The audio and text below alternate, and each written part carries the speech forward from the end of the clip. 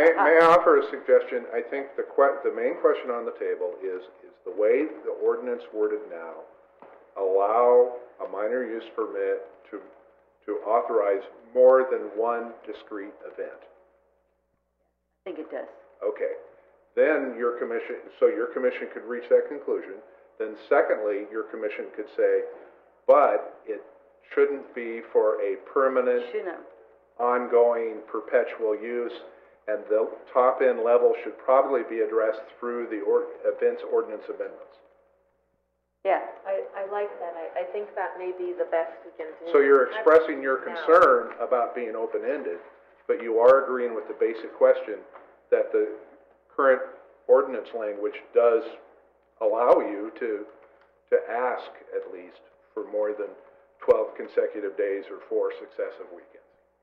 Yes. I'm not happy with that, but I agree that I think it's the best we're going to do. But I just want to plead the case one more time to the commissioners. Punting to the board isn't helpful. I hate to say this, and my FAR supervisors are listening, with all due respect, we are much more directly in touch with these issues than they are, because it's all we deal with. We deal with it regularly, and it's a land use plan. Well, here's how if I was a board member, I hope they are listening, what I would do is, I would take this, this is going to come to them anyway, and if our recommendation is this should be handled by the events ordinance, I would be going, okay, handle it in the events ordinance. Thank you very much, and they'd hand it right back to us, and we'd hear it. And in the meantime, and then it could go through the process with a better hearing and a much better focus on the specific issue, because I think we've really gotten the issue down to the issue, and that has not actually been debated by the public, and we haven't gotten that input from them or the staff, and I think that is when we should get it, because we haven't gotten it yet, because I haven't made my mind. And in the meantime, this temporary events ordinance will stand, and staff will continue to process applications as they come in. Yeah. And the applications that are coming in are increasing in number and length and duration and complexity. I would urge the board to get going. And I'm just going to try again. Nobody else, I didn't hear myself giving any support, but I'm going to try one more time too, because this is still under consideration, that there would be some merit to recommending that a temporary hold or moratorium be put on application processing, because this is all up in the air. Commissioner Wyatt, that's not an easy thing to do, and maybe this is an opportunity for County Council to weigh in on how we would do a temporary hold, because I believe we'd have to do it through an urgency ordinance, and that is a very complicated and strictly defined process, and if County Council disagrees, now's their chance to weigh in. It would be pretty impractical to try to do it. Warren's correct about that. Good. Okay, what about another idea? So I just had another thought. Rather than limiting the number of events that you can have in a year, which we're not prepared to make an arbitrary determination, and rather than limiting it to a year, which is my preference, what if we were to suggest that any applications that come forward now be limited to 5 years in duration, which is what LEM was limited to, and would allow anything that did get approved in this kind of squishy gray area period that we have to come up for review in some period of time in case something slips through that ends up not being consistent with what we ultimately agree to in the ordinance. You're sharing some of my thoughts that I had that I didn't verbalize, but I have a question on that, on the limbs. Would it be less expensive when theirs comes up for expiration to have it renewed, or is it still the same cost and processing time? It would be the same process. We don't have an interim process like we were talking about with the event ordinance. And it needs to be pointed out that if they, after the 5 years or before the 5 years is up and they apply for a new minor use permit, it will be subject to the fees that are in place at that time. But that was what staff imposed on that permit. That was staff's action. And we're just saying. And it was because the events ordinance amendments were in process, and we were uncomfortable in grandfathering the project if the end result of the amendments was to no longer allow that kind of activity. I'm only one of the hearing officers, but I'm the one who came up with that, and I'm comfortable with that approach during this interim period. That makes so it if that makes you feel comfortable, great. So I would suggest I'm okay that. with that. Well, I tend to agree with that, and that way folks can make a determination if they want to move forward or wait till this is all ironed out. So it would provide some incentive Well, at least to it wait gives, at least until. gives the until board the some new- idea of where we're at, and then they can either affirm that or not. Okay. You know, along those lines too, I mean, shift gears a little bit, we also had some testimony from, boy, I can't remember her name, and I've seen her here many times, Lisa Bonner.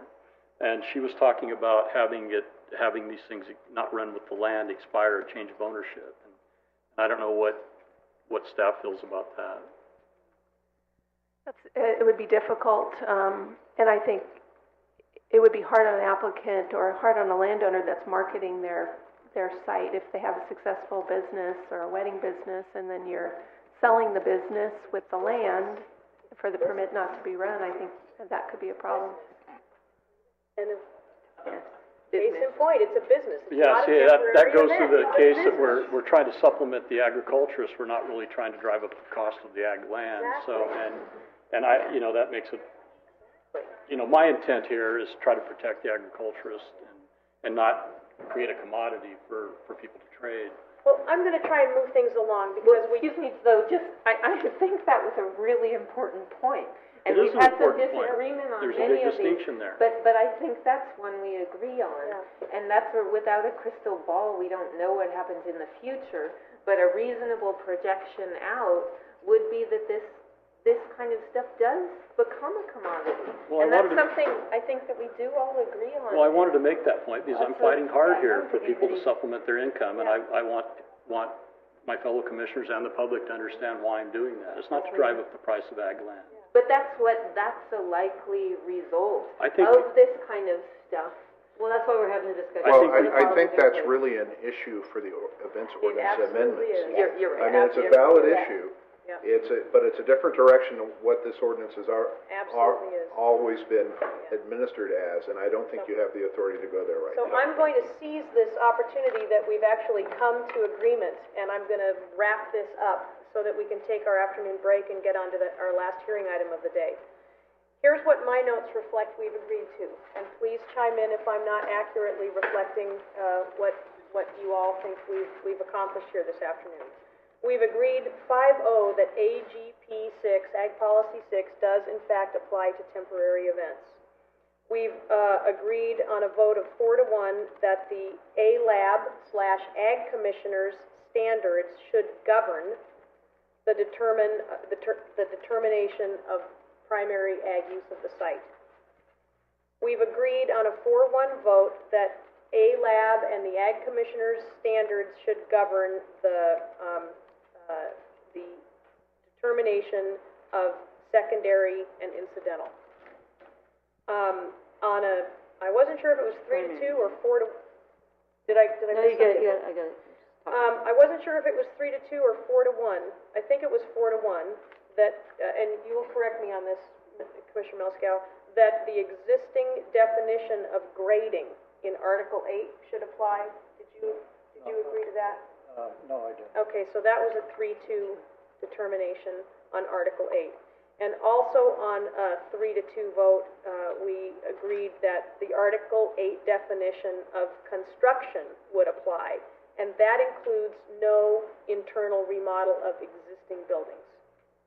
And on a 5-0 vote, we determined that minor use permits for temporary events should sunset in 5 years until we have an ag events ordinance in place. I think you have to keep part out of that one, and that is that they can authorize more than one event. Yes. Yes, yes. And that 4-1 on that, then. Well, I won't make the Are you distinction. going with that?